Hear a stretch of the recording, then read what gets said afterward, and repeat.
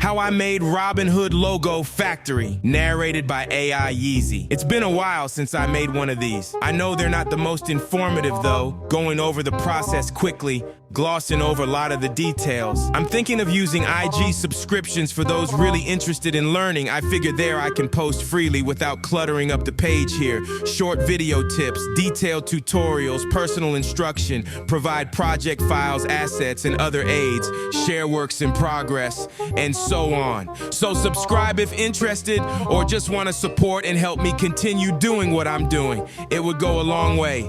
Now back to the video. So what we got going on here? First, liquid gets poured. Wipe out inside, wipe outside, and what's left is the logo. Bada bing, bada boom. X particles for pouring the liquid. I create a spline path for the particle emitter to travel along using the align to spline tag. The open VDB mesher then generates a fluid mesh from the emitted particles. Finally, steam smoke is simulated from the animated mesh using C4D Pyro. I also animate the material texture a bit to bring out the change of its physical state. I then take the liquid mesh at its final rest state. Using bools, I will extract the areas that will be cleaned out, leaving within it the Robinhood logo. 3 tiny drills will work the inner areas, followed by 2 larger drills, clearing out the outer areas. I plan out the spline paths that the drills will travel along, and extrude splines to use for the bools to cut up the mesh accordingly. Now I got the mesh cut up, ready to be cleaned out. Got them in different colors here to show the separate areas. I then apply collision deformers to have the drills collide with the mesh as they travel along the spline paths. They push the mesh beneath the app base so it disappears from view.